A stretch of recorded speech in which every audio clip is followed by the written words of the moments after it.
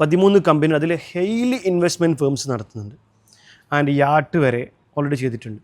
And അതായത് ഒരു ഇപ്പം എത്യോപ്യ എന്നുള്ള രാജ്യത്ത് ഒരു നമ്പർ 5 എന്നുള്ള പൊസിഷനൊക്കെ അവരുടെ ബ്രാൻഡ് എത്തിയിട്ടുണ്ട്. ആ കോവിഡ് സമയത്ത് ജസ്റ്റ് സ്ക്രാച്ചിൽ നിന്ന് സ്റ്റാർട്ട് ചെയ്ത brand and he spend enough for marketing. അവർ നെക്സ്റ്റ് ലെവലിലേക്ക് പോയി, ടീമാണെങ്കിലും അതിൻ്റെ സൈസ് ആണെങ്കിലും ഒക്കെ.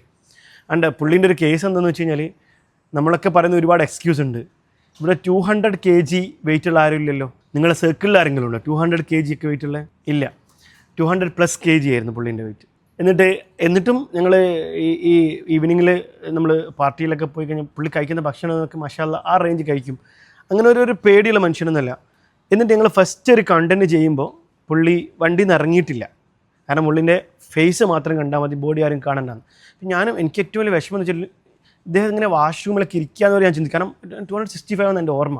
അത്രമാത്രമേ അത് കന്തൂറ പോലത്തെ ഡ്രസ്സ് മാത്രമേ പുള്ളിക്ക് അന്ന് ആ സമയത്ത് ഇടലുണ്ടായിരുന്നുള്ളൂ.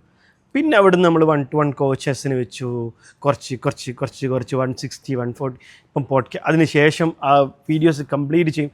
പുള്ളിൻ്റെ പേര് പറഞ്ഞാൽ എത്യോപ്യ എന്നുള്ള രാജ്യത്തുള്ള ഒരാളെ സംബന്ധിച്ചിട്ട് റംസീൻ്റെ അഹമ്മദിൻ്റെ ഫ്രണ്ടാന്ന് പറഞ്ഞാൽ അവർ ഫ്ലാറ്റാണ്. ആ രാജ്യത്തിലുള്ള ആൾക്കാർ അത് ചാനലിൽ ടിക്ടോക്കിലാണെങ്കിൽ അത്രയും ആൾക്കാർക്ക് അവരുടെ ടീമും ആ ലെവൽ ഗ്രോ ചെയ്തു. എക്സ്ക്യൂസ് നമുക്കൊക്കെ പറയുന്നത് നമുക്കൊക്കെ 100 എക്സ്ക്യൂസാണുള്ളത്. ഇനി ഇതേപോലത്തെ ചെറിയ എക്സ്ക്യൂസ് നമുക്കൊക്കെ ഉണ്ടാവും. ഇനി നമ്മൾ എക്സ്ക്യൂസ് പറഞ്ഞിരിക്കുകയാണെങ്കിൽ നമ്മൾ ചാൻസ് നമ്മൾ വേറെ ആൾക്ക് കൊടുക്കുകയാണ്. നമുക്ക് കിട്ടേണ്ട മാർക്കറ്റ് ഷെയർ വേറെ ആൾക്ക് കൊടുക്കുകയാണ്.